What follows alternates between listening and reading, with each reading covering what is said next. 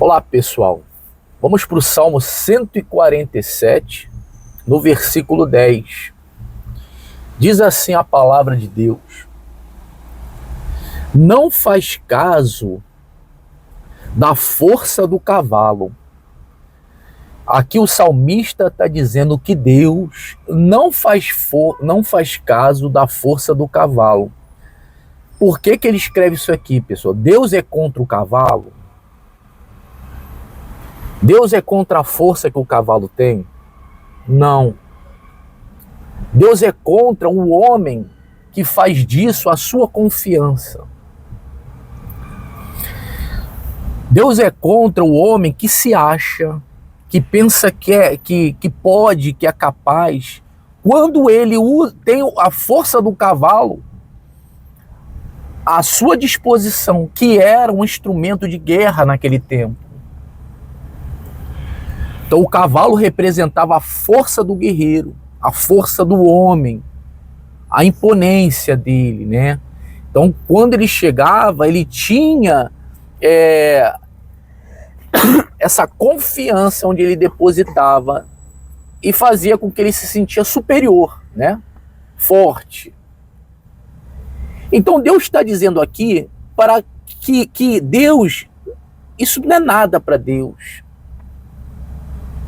Esse salmo nos traz a consciência que a grandeza de Deus supera infinitamente qualquer coisa que a gente possa achar que é de valor, né? Que a gente possa considerar como confiança, né? Onde a gente se apoia. Então Deus considera isso como nada, ele até ri. É como se fosse, Glaucio, uma pessoa enorme, grandiosa, olhando para uma formiga. Olhando para uma formiga, é assim que eu vejo. Enquanto o homem está ali achando que a formiga... Eu estou dando um exemplo, tá, pessoal, para você entender. Enquanto o homem está achando que a formiga é forte, Deus ri daquilo ali. Eu acho que Deus olha e vê assim, você está colocando força em uma coisa que eu criei, né? Para mim isso aí não é nada. Olha onde o homem está colocando a força. Em vez de colocar diretamente ao Criador, está colocando num animal que foi criado pelo próprio Deus, né? Então era para ele raciocinar, bom, se Deus criou um cavalo forte, é onde eu consigo ter uma posição quando eu uso essa força. Poxa, imagina então quem criou. Então aqui está mais uma vez o homem se perdendo, né? Dando glória a uma coisa criada por Deus, quando nós temos que dar a nossa glória a Deus. Então Deus não faz caso da força do cavalo. Então ele está querendo dizer assim, você que não tem cavalo, não olha para essas pessoas que têm cavalo e tenha isso como exemplo, né? Isso como, poxa, uma referência. Entendeu? Não seja levado por isso. É isso que Deus está querendo dizer, né? Não faz caso da força do cavalo. Então é para que você, ouvindo isso, fala, poxa, então Deus tem algo melhor para mim, algo maior. Então ele está dizendo, pô, não olha para isso, olha para cá, que agora eu vou te mostrar a quem você tem que olhar e a quem você tem que confiar. Então não faz caso da força do cavalo, então esquece isso. Nem se compraz nos músculos do guerreiro. E aí, Galza, mais um Deus querendo confirmar o que ele já tinha falado, né? Ele está dando exemplos, né? Imagina uma pessoa, a gente vê muito filme que exalta isso, né? Filmes medievais, por exemplo. Vê um homem totalmente forte, cheio de músculos, explodindo na tela, aqueles músculos, em cima de um cavalo também enorme, e transparecendo um herói. E aí todo mundo vê aquilo e fala, pô, eu quero isso. É levado, quer dizer, nós somos levados a cobiçar aquilo, a querer aquilo, né? E aí Deus está querendo, com a palavra dele, dizer o seguinte, olha, isso acontece muito com o jovem, né? O jovem vendo essas, por exemplo, comunidade, o jovem de comunidade, ele vê, né, o bandido lá com cordão de ouro, né, Glaucio? Vê o bandido lá sobre motos caríssimas, O cavalo dele, né? Cavalo, hoje em dia carros caríssimos, isso acontece muito. E aí aquilo ali chama ele, porque aquilo ali é como se rodeado de mulheres, né? A favela toda se curvando a ele, né? É um exemplo que eu estou dando. Ostentando uma vida que Deus fala assim, olha, não olha para isso. Eu não faço caso para isso e nem me comprazo no músculo do guerreiro. Eu não tenho nem prazer. Olha a mente de Deus para te tirar dessa cilada. Quer dizer, Deus está trazendo a sua mente para confiar nele. Que, diga-se de passagem, traz paz para a gente, Glaucia. Quantos na emoção de entrar numa vida dessa, de ostentação, de querer dizer que é o tal, ao passar dos dias se arrebentaram. Então vamos continuar. Olha o que ele fala no 11. Agrada-se o Senhor dos que o temem. Deus se agrada, pessoal, daqueles que têm respeito para com ele. Muito bacana, né? Então Deus faz um comparativo, que é o que esse mundo apresenta pra gente. É o que esse mundo valoriza, né? As pessoas às vezes se apegam à sua condição financeira, às vezes se apega a ter um diploma, a ter um título, status. Então são diversos exemplos, né, que o ser humano coloca a sua força, coloca aquilo ali vai me salvar, aquilo ali, se acontecer uma situação, eu tenho aquilo ali para me apegar. E o que Deus fala aí é que ele não se agrada desse tipo de coisa, né? Ele não se agrada que você se apegue a essas coisas, mas sim que você venha a temer a ele. Ele criou tudo, ele pode te dar tudo, ele é dono de tudo. Então as pessoas se apegam a tudo disso no mundo e não temem ao Senhor. Então ele está te trazendo para o temor dele, para perto dele. Fica comigo, né? Agrada-se o Senhor dos que o temem. Quer dizer, são pessoas que se lembram dele. Então Deus está primeiro dizendo o seguinte, ó, eu não me agrado desse tipo de vida. O Senhor Jesus disse que tudo que é elevado pelos homens, tudo que o homem exalta é abominação para Deus. Então, o que Deus quer? O que Deus espera? Ele fala, agrada-se, o Senhor Deus se agrada dos que temem a Ele e dos que esperam na sua misericórdia. Então são duas coisas, Glaucia. Um que é um ato presente, né?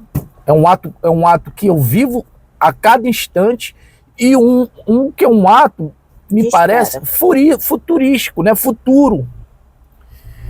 Eu vou aguardar ele. Por mais que não esteja acontecendo, por mais que eu esteja vendo uma galera se dar bem na minha frente, tirar onda com a minha cara, eu estou aqui demorando, parece que demora mais, mas eu fico aqui, na misericórdia dele, que uma hora ele vai me dar a vitória. Olha o que Deus quer da gente, olha como é diferente, 2 pesos, 2 medidas, olha como é que são duas coisas diferentes. Uma que é emoção, né, atrai, a multidão se arrasta para isso, e aquele mínimo de pessoas que são comportadas, que se reservam, que são pessoas que se dominam e querem agradar ao Senhor. Porque eles sabem que Deus é maior do que tudo, pessoal. Deus é maior que o músculo do guerreiro. Deus é maior do que o cavalo que ele caminha ali, as coisas que ele tem, tanto ele como o que ele tem, Deus é maior. É melhor você edificar a sua vida no Senhor, que demora mais, demora. É como um comparativo que Jesus faz daquele que edifica a sua casa sobre areia. e aquele outro que edifica a sua casa sob a rocha.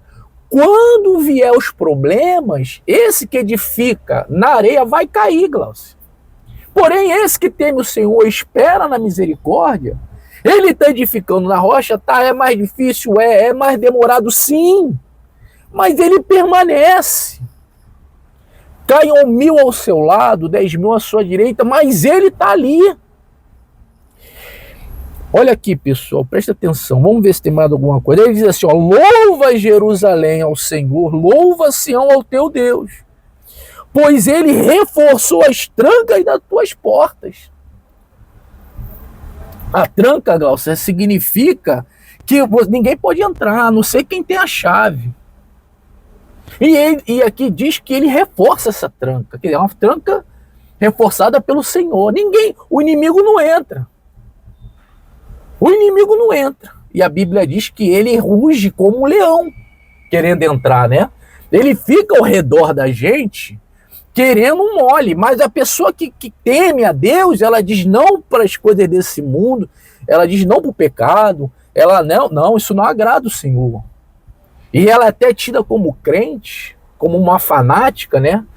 Porém, ela sabe que o que está escrito é verdade, e ela vai dizendo não, o diabo não pode entrar. Aí ele diz assim, pois ele reforçou as trancas das tuas portas e abençoou os teus filhos dentro de ti. A bênção só está lá dentro. A bênção não está lá fora. Eu me lembro até quando a morte passou, né, na terra do Egito, quem estava dentro de casa e tinha a marca do cordeiro no umbral da porta, a morte não entrava. Mas houve muito choro naquela terra, porque quem não tinha, quem confiava nos cavalos, né? Quem confiava nos seus músculos, nas suas capacidades, esses choraram. Jesus fala assim, ó, ai daqueles que riem, porque hão de chorar.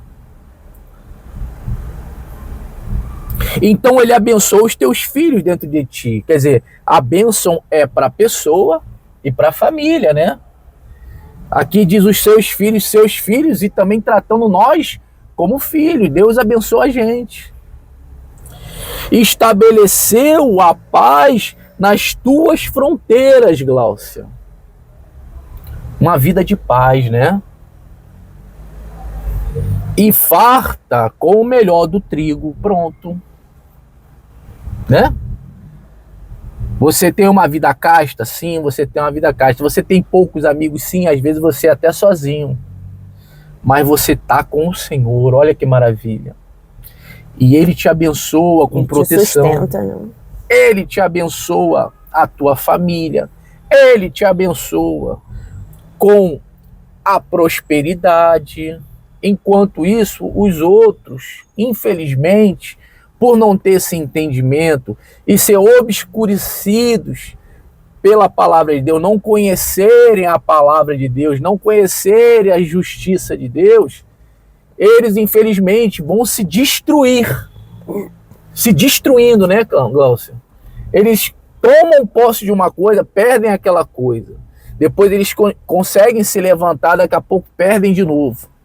A vida deles é altos e baixos, até que eles não têm mais força, né, Glaucia? E morrem na miséria.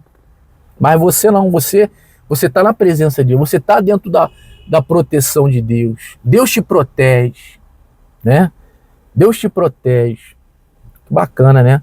E além disso, te abençoa a tua família, né? Porque você está ali dentro. Deus tem responsabilidade, pessoal, para quem está dentro. Dentro do que, Glaucia? A gente fala assim, né? A pessoa quer entrar, né? Dentro do quê? Dentro do reino dele. Dentro do reino de Deus. E qual é a porta para entrar nesse reino? Jesus.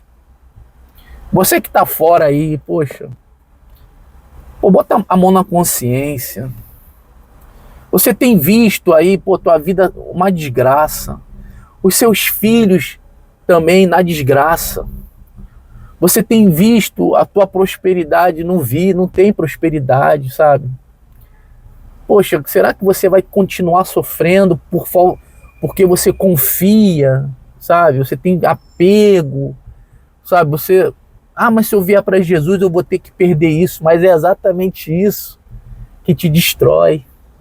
O diabo te enganou de uma forma que ele te prendeu aqui, ó. Você não consegue vir para Jesus. Abandona o teu pecado.